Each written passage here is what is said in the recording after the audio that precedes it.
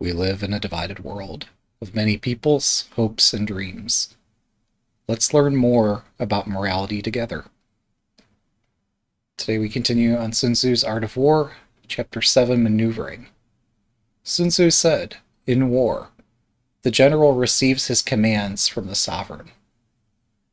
Having collected an army and concentrated his forces, he must blend and harmonize the different elements thereof before pitching his camp. After that comes tactical maneuvering, than which there is nothing more difficult. The difficulty of tactical maneuvering consists in turning the devious into the direct, and misfortune into gain. Thus, to take a long and circuitous route, after enticing the enemy out of the way, and though starting after him, to contrive to reach the goal before him, shows knowledge in the artifice of deviation." So yeah, this is the chapter about maneuvering. We've previously heard things about confusing the enemy in order to take advantage. Maybe we'll get some specific tactics here. Although the last chapter was about tactics, this is more about style. Maneuvering with an army is advantageous. With an undisciplined multitude, it would be most dangerous. If you set a fully equipped army to march or in march in order to snatch an advantage, the chances are that you will be too late. On the other hand, to detach a flying column for the purpose involves the sacrifice of its baggage and stores. What does this mean? If you set a fully equipped army in march in order to snatch advantage, chances are you will be too late to snatch the advantage. On the other hand, to detach a flying column for the purpose involves the sacrifice of its baggage and stores. Thus, if you order your men to roll up their buff coats and make forced marches without halting day or night, covering twice the usual distance at a stretch, doing 100 li in order to wrest an advantage, the leaders of your 3 divisions will fall into the hands of the enemy. The stronger men will be in front, the jaded ones will fall behind, and on this plan, only 1/10 of your army will reach its destination. If you march 50 li in order to outmaneuver the enemy, you will lose the leader of your 1st division, and only half your force will reach the goal. If you march 30 li with the same object, 2/3 of your army will arrive. We may take it, then, that an army without its baggage train is lost. Without provisions it is lost. Without bases of supply it is lost.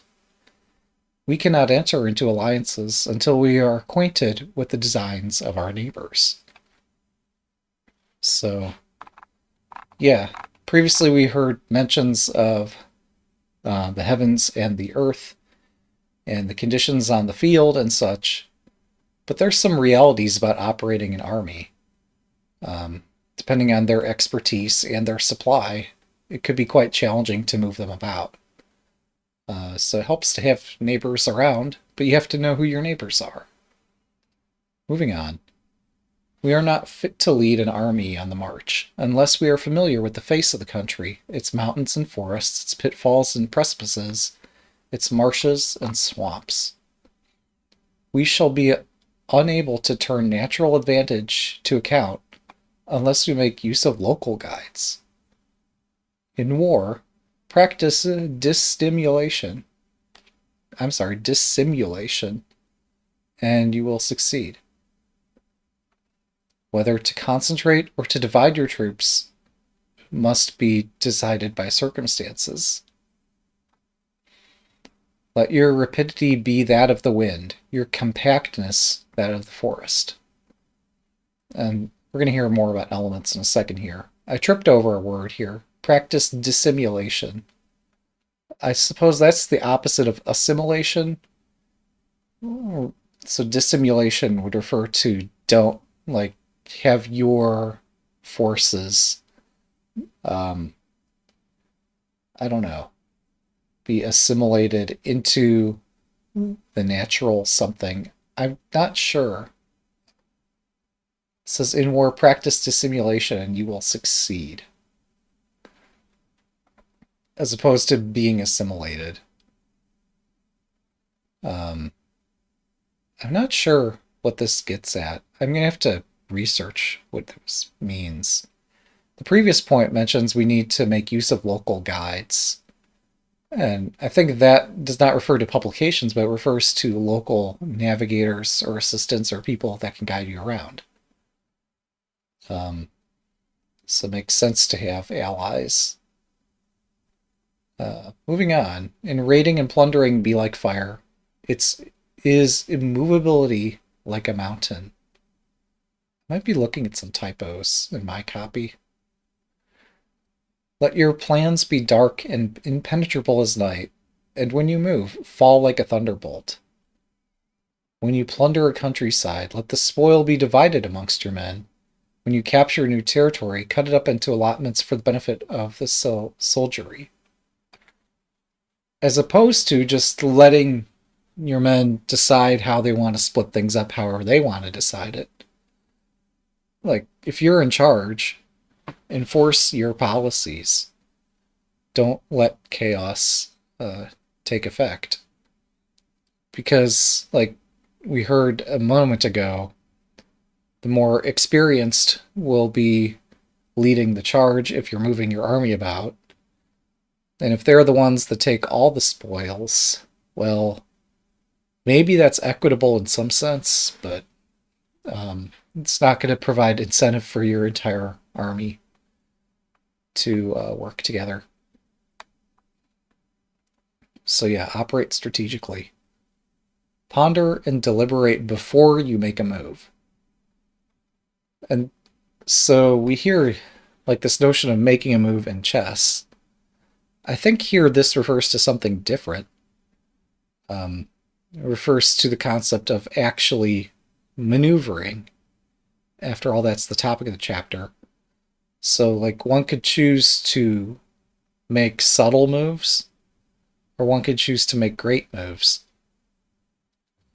Great moves aren't always so great, but you ponder and deliberate either way before you make your choice. He will conquer who has learned the artifice of deviation.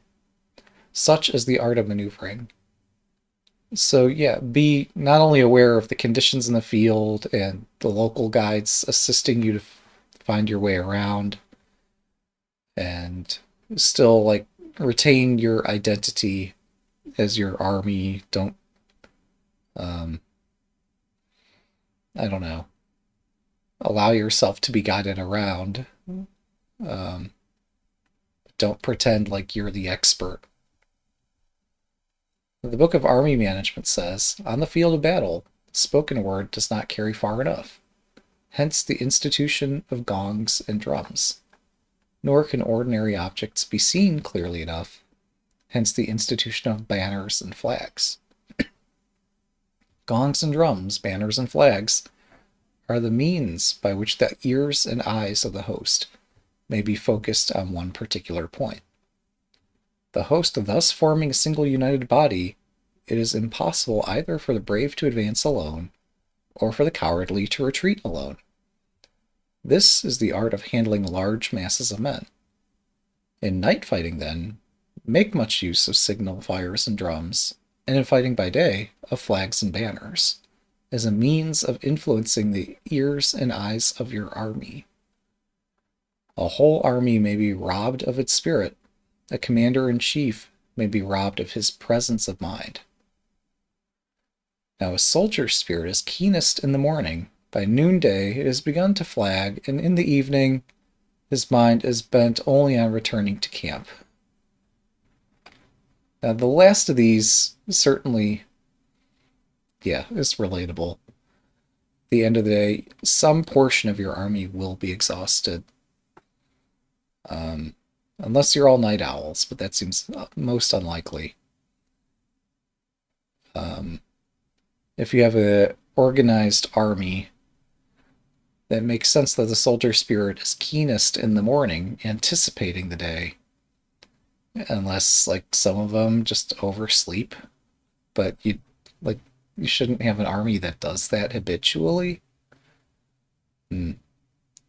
And by noonday, like, if you're changing plans midday, that's going to be exhausting for everybody. A clever general, therefore, avoids an army when its spirit is keen, but attacks it when it is sluggish and inclined to return. This is the art of studying moods. Disciplined and calm, to await the appearance of disorder and hubbub amongst the enemy. This is the art of retaining self-possession. To be near the goal while the enemy is still far from it, to wait at ease while the enemy is toiling and struggling, to be well fed while the enemy is famished. This is the art of husbanding one's strength. Yeah, one can note in strategy games,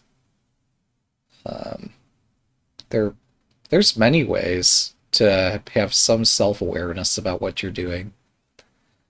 Have your presence of mind, don't lose it.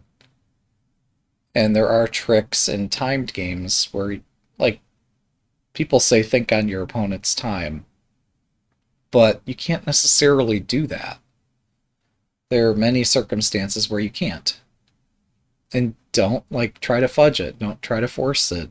It's not gonna go well if you're trying to force thinking on your opponent's time and you make a mistake and suddenly you're having to recover from it all. This notion of husbanding one's strength refers to, like, yeah, having some awareness of the overall situation. Thinking, like, is this the kind of position where I need to make a great move? Or can I get away with some shuffling or, I don't know, less committal kind of move? The better you are at identifying key elements in a situation, the better you can deviate from the original plan, and so forth. So, yeah, there's a lot of nuance and psychology and such, but you really have to get the fundamentals right in order to be able to deal with this other nuanced stuff.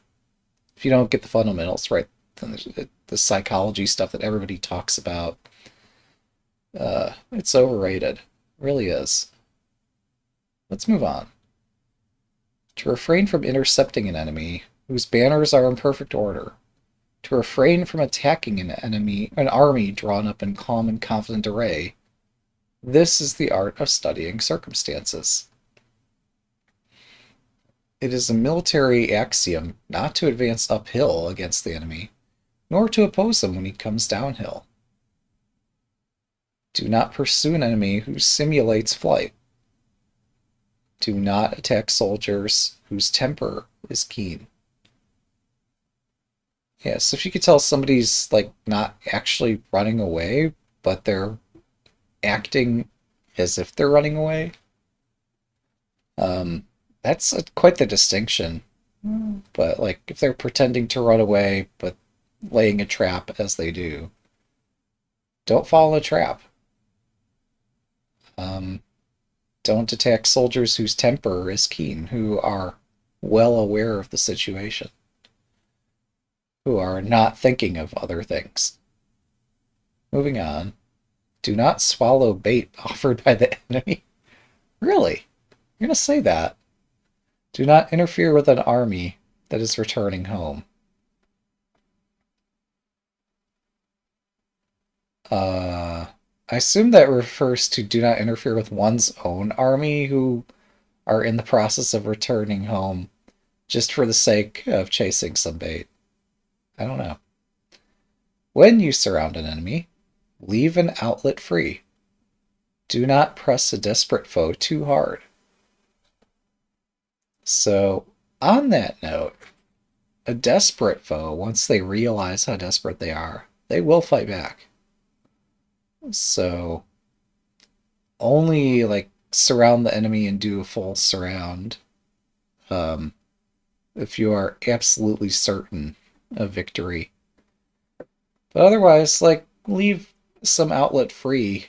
Like, if you are not in a position to complete the full surrounding maneuver, find some maneuver that's good enough. Don't try to, like, corner an opponent who's already cornered. You don't get somebody made a blog post on Leechus about you only need one win per game, and you don't need to make the most spectacular moves to win the game. I made a cheeky response. You need 2 wins per game as the subject of my blog post. Emphasizing that chess has to be fun, and you need to, like, pursue these crazy sacrifices because they're fun to do. With the obvious caveat that you're not going to win doing this, but it's just an online game that we're talking about. But yeah, Sun Tzu says that, like, when you're surrounding an army, leave an outlet free. With the nuance hero, do not press a desperate foe too hard. Like, if you're going to win anyway, don't complicate your win. It's fine if the opponent, if the enemy is able at great loss to escape. Even that is still a victory. Such is the art of warfare. So, yeah, here it's chapter 7 on the topic of maneuvering. 1.4, put the word in all caps, deviation. Just emphasizing the need to be flexible, not only to all the conditions that we keep hearing about on the heavens and the earth, but also the human condition. The notion that your army is going to have some kind of mental state about them, have some sort of meditation about how they operate, participate in the division of spoils so you better understand your troops. Like, be actively considering, I don't know, things from each of their perspective. It's kind of lame, but we hear this thing in chess, talk to your pieces. And if you see, like, some of your pieces really struggling to get anywhere, you might not be able to do anything for them, but you might be able to do something for them. If you have pieces that are stuck on an edge or in a corner, well, I mean, there are going to be many circumstances where the opponent is not going to let you fix that. But your opponent's thinking about a lot of things. So there might be chances, either through a fault of the opponent, or because there's so many other things going on in a position, that you can reorganize your army, bring it together. There's still going to be camps in the army on the left or the right or the center or the top and the bottom. Philidor says that the pawn is the soul of chess. The pawns sure decide a lot of the shape that your army takes because the pawns are just so difficult to move around. Also, the opponent doesn't want to exchange their pieces for your pawns because their pieces are, I don't know, they have more flexibility. They're worth more, as we normally value things.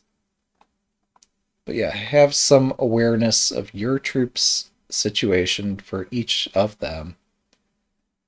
Likewise, pay attention to whether your opponent is advancing or retreating, or pretending to advance or pretending to retreat, or just intentionally staying flexible and not really committing to anything. If you can see to some extent what they're doing, yeah, you can maybe get in your opponent's head a bit. And if you can see things from their perspective, you'll have a better idea of what's coming. And, like, don't take the bait. Don't fall into the enemy's trap. So, I don't know. That wasn't very satisfying. There's a lot of um, philosophy, no, psychology, that's the word. Just a lot of meta combat. Um,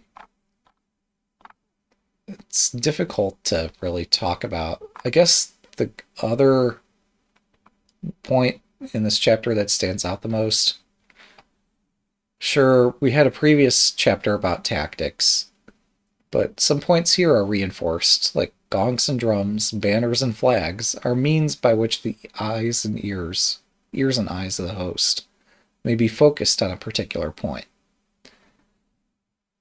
Um, so the closest thing that equates to in strategy gaming, um,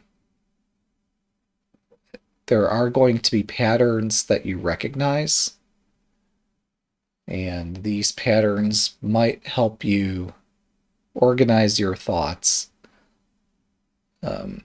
If your army is taking a particular formation, or part of it is, and part of the opponent's army is taking a particular formation, you can have some notion of like this part of the board is going to be blocked soon or unblocked soon. This part of the board needs more help, and this part doesn't need as much help and is doing well in a self-sufficient manner. There are all kinds of patterns that become, I don't know, the collective experience, the knowledge that we can operate on. It's amazing what chess databases have done for accelerating our knowledge and understanding of the game. Really help us find patterns a lot faster, but also share information with our friends, and even help us do research from collected information from around the world. So I don't want to overstate the importance of the research. There are researchers, there's masters and experts and people who put in time and effort studying things at great expense. At some small expense, you can ask for their information and they'll be happy to share it. But there's just way too much knowledge for us to know. There has been an advance in chess engines leveraging databases and other data. Um, so, um, the reason I go into this digression is to be able to differentiate between knowledge and wisdom. Knowledge is what you either know or you don't know. It's the patterns you recognize or you don't recognize, and whatever other information that you and others have collected that you are in possession of that you are able to operate and act on. Wisdom is Sun Tzu's teaching here, where he's noting that gongs and drums, banners and flags are means by which the ears and eyes of the host, that is the collective of people, the army, may be focused on one particular point. So there are recurrent patterns in strategy games, like how you signal an attack. In chess, often there are pawn breaks to divide up a position, or pawn chains that meet the opponent's pawn chains to close the position. These are the structures that are formed in chess. In shogi, we have proverbs about starting the attack with a pawn sacrifice. We have about a watchtower bishop that's able to attack and defend quite effectively. We have advice of drop the knight toward the rear, which actually should perhaps be translated drop it on your half of the board, because knights are able to jump very quickly multiple times up the board, but they're hard to support on the other side of the board unless you promote them. And then if you promote them, it's not a knight anymore. But yeah, there's strategic patterns about where you would like to place your pieces in an absolute sense and in a relative to each other, and relative to your king, and relative to your rook, and relative to your bishop, etc. sense. And if you have some awareness of these flags, these things that declare an attack, you'll see your attacks before your opponent does, perhaps.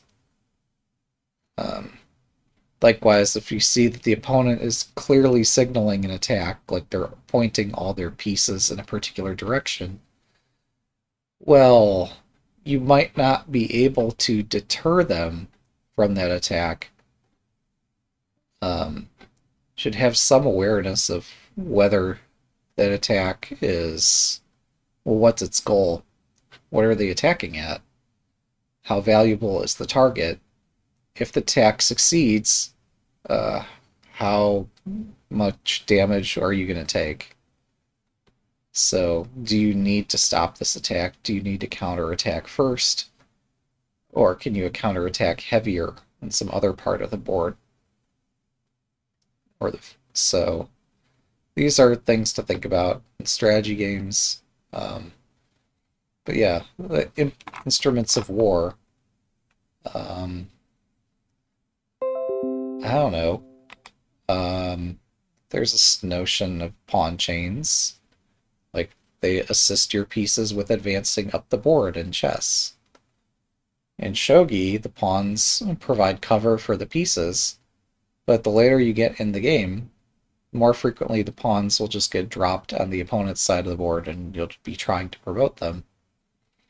If you start dropping pieces that block each other, that's terrible. But yeah, there's all kinds of things that indicate that I'm about to start an attack here, and here's how fast we think the attack's going to be, and here's how many pieces are attacking. And here's how close it is to the king.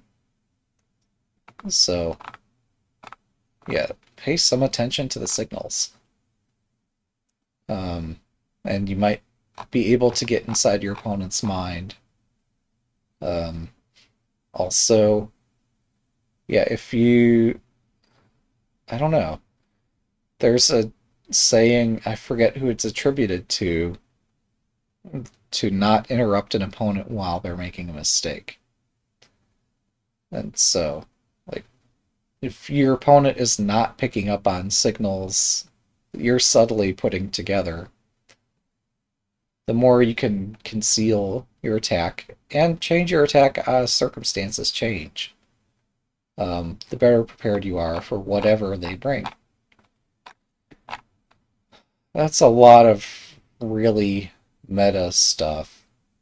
I'm skimming the next chapter. Yeah, let's move on to chapter 8 here as well. I think this will be received better. 8. Variation in tactics. Sun Tzu said, "In war, the general receives his commands from the sovereign, collects his army, and concentrates his forces. When in difficult country, do not encamp. In country where high roads intersect, join hands with your allies. Do not linger in dangerously isolated positions. In hemmed-in situations, you must resort to stratagem. In desperate position, you must fight." So, yeah, externalize all the risk and take all the reward. Moving on. There are roads which must not be followed, armies which must not be attacked, towns which must be besieged, positions which must not be contested, commands of the sovereign which must not be obeyed. Even if the sovereign tells us to do something, sometimes it's not the right thing to do, and everybody knows it, and you can delay on that, or at least not obey it directly. The general who thoroughly understands the advantages that accompany variation of tactics knows how to handle his troops. The general who does not understand these may be well acquainted with the configuration of the country, yet he will not be able to return his knowledge to practical account. So, yeah, I mean, there are conditions of war that just apply, and it helps to be familiar with these. Don't get pinned in a corner. If you do, you must fight. Um, in hemmed in situations, you must resort to stratagem. So there are things you must do and there are things you must not do. And have some awareness of what those are. Moving on. So, the student of war who is unversed in the art of war, of varying his plans, even though he be acquainted with the 5 advantages, will fail to make the best use of his men. Hence, in the wise leader's plans, consideration of advantage and of disadvantage will be blended together.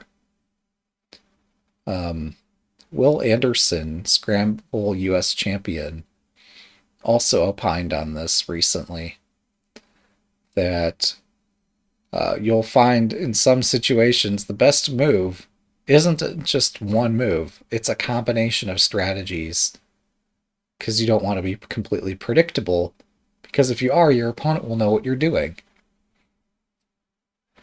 If our expectation of advantage be tempered in this way, we may succeed in accomplishing the essential parts of our schemes.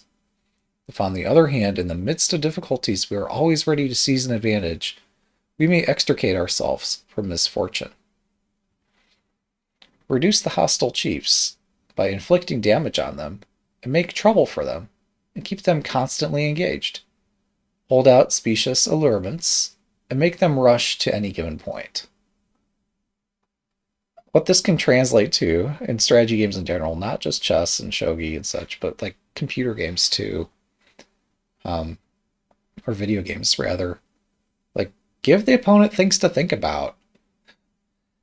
If you're doing the same thing every time and they know what you're doing, well, that could be a rather bold display, and maybe that's fun, but it's not going to guarantee victory. So it makes more sense to like take some risks, make the opponent think about these risks. Some risks will be greater than others. And I mean, you obviously need to temper this a bit with some risks are too much, but is that really the case? Let's move on. The Art of War teaches us to rely not on the likelihood of the enemy's not coming, but on our own readiness to receive him.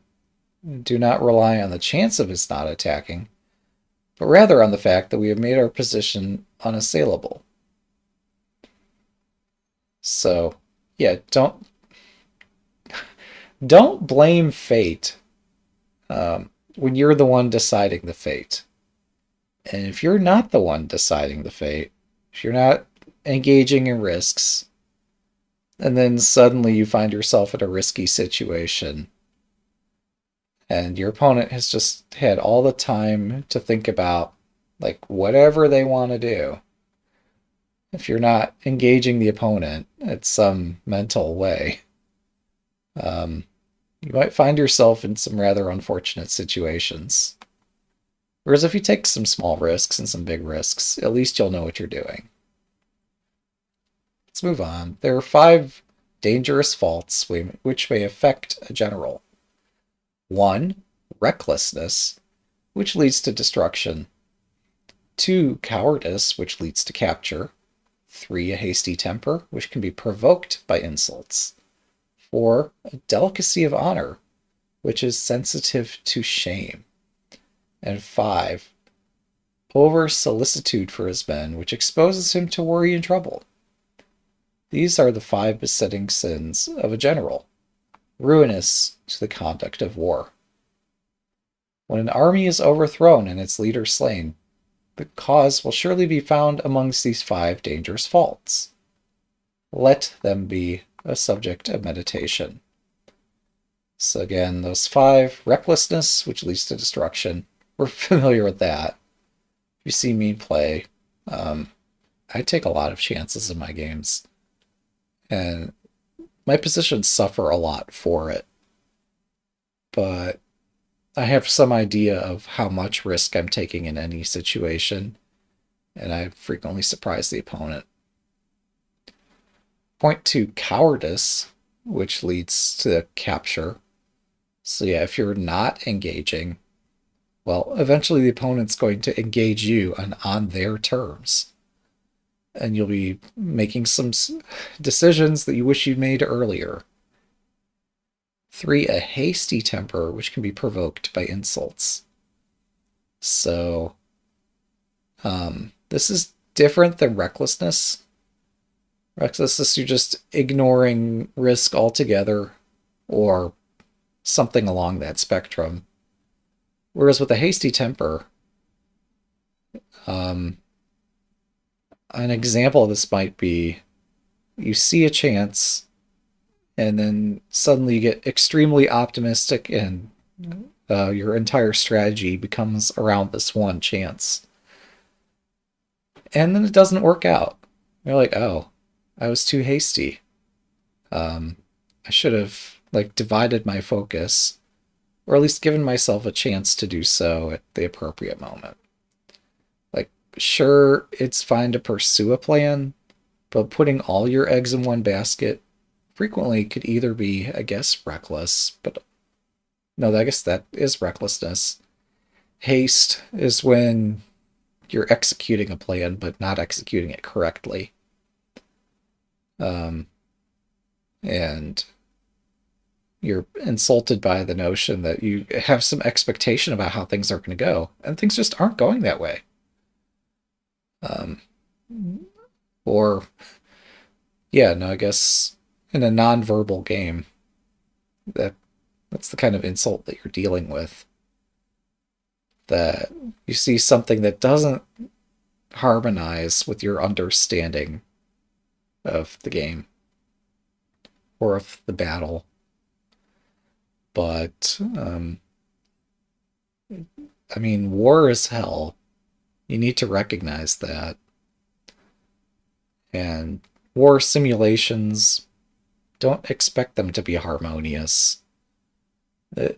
Playing a strategy game is not the same thing as designing a puzzle, which is designed to be beautiful.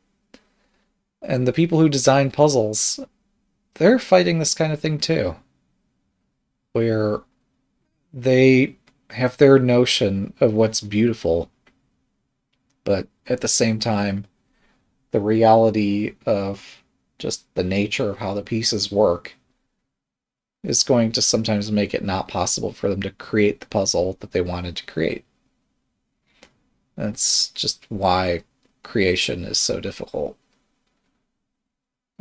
I'm rambling, but yeah, attacking with too much haste, you'll find yourself with a great idea, but you just don't execute it right. Point 4 to meditate on, a delicacy of honor, which is sensitive to shame. Yeah, if you, I don't know, part of it's why are you playing a game? Or why are you engaged in combat?